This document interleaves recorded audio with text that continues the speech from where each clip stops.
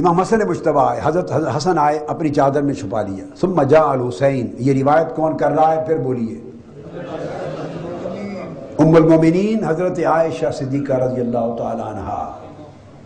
اور میں یہ اپنے اہل تشیع بھائیوں کو، فقہ جعفریہ کے پیروکاروں کو ہمیشہ کہا کرتا ہوں، امت میں لوگوں نے تفرقہ ڈالا اور امت کو لڑانے کے لیے غلط روایتیں گھڑ کے کچھ ادھر ڈالی، اور ایک طویل تاریخ کے اندر واقعات غلط ڈال کے اتنا تسلسل بنا دیا کہ امت کا تفرقہ آج تک مٹ نہ سکا. حدیث کی اونچے درجے کی کتابوں سے بڑی صحت والی کوئی کتاب نہیں ہوتی. ام المومنین عائشہ صدیقہ رضی اللہ تعالی عنہ کی طبیعت میں اگر ایک رتی کے کروڑویں حصے کے برابر بھی قد ہوتا، میل ہوتی ان پنجتنوں کے خلاف، مولا علی سیدہ کائنات اور امام حسن اور امام حسین کے لیے، تو ان کے گھر کا واقعہ ہے بند کمرے کا، کوئی چوتھا آدمی باہر دیکھنے والا نہیں ہے. یہ شہزادے اور اہل بیت اطہار خود روایت کرتے تو 100 بار کرتے، کم سے کم حضرت عائشہ صدیقہ نہ بتاتی امت کو.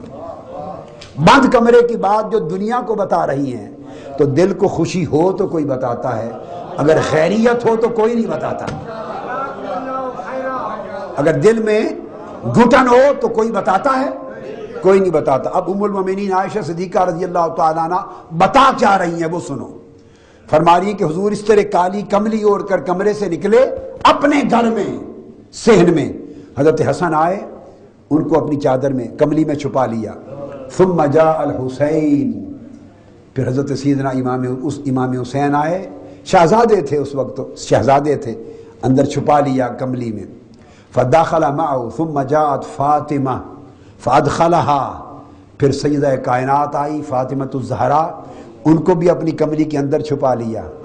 ثم جاء علی، اب یہ نہیں کیا بھئی حضرت فاطمہ تو بیٹی ہوئی، صاحبزادی ہیں، حسن و حسین تو شہزادے ہوئے، بھئی تینوں کو تو کملی کے اندر چھپا لیں. حضرت علی آئے تو انہیں کہیں کملی میں چھپا کر کہیں کہ علی تم میری پشت کے ساتھ کھڑے ہو جاؤ. یوں بھی تو کر سکتے تھے، بولیے بھائی، کر سکتے تھے کہ نہیں؟ ثم جاء علی، کون بتا رہا ہے؟ حضرت عائشہ صدیقہ رضی اللہ، اسی لیے تو صدیقہ ہے. ہائے ہائے، اتنا سچ بتاتی ہے، اتنا سچ بتا، اس لیے صدیقہ ہے. ثم جاء علی، پھر علی آئے، فادخلہ، ام المومنین فرماتے ہیں ان کو بھی کملی اٹھا کے اندر شامل کر لیا. جب علی، فاطمہ، حسن، حسین چاروں کو اپنی کمری کے اندر چھپا کے ڈانپ لیا. ثم قال انما یرید اللہ لیذھب عنکم الرجس اہل البیت ویطہرکم تطہیرا، اے اہل بیت، اللہ ہر رجس کو تم سے دور کر کے تمہیں پاکیزگی کی انتہا تک پہنچانا چاہتا ہے، تمہیں طہارت کا پیکر اتم بنانا چاہتا ہے. یہ ام المومنین حضرت عائشہ صدیقہ رضی اللہ تعالیٰ عنہ کی روایت آ گئی. اب یہ مسلم میں بھی آئی، یہی حدیث ترمذی میں بھی آئی، ترمذی میں، اور پھر آگے ان سے سب روایت کرتے گئے. تو جامع ترمذی میں بھی یہ حدیث آئی. پھر اسی حدیث کو آگے سعد بن ابی وقاص نے بھی روایت کیا. گھر کے اندر تو یہ لوگ نہیں تھے نا، آنکھوں کے سامنے واقعہ تو حضرت عائشہ صدیقہ رضی اللہ تعالیٰ عنہ کا. پھر ان کو تو پہنچانے والوں نے پہنچایا. حضرت سعد بن ابی وقاص، میں بتا رہا ہوں علماء اہل سنت، یہ بدقسمتی ہے، آگے میرا نقطہ آئے گا. خارجیت نے امت مسلمہ کے عقائد پہ بڑا بدترین اثر ڈالا ہے، اور اہل سنت اس سے متاثر ہوئے ہیں. اہل سنت کہلانے والے، دم بھرنے والے، تھوڑا یا زیادہ کہیں نہ کہیں.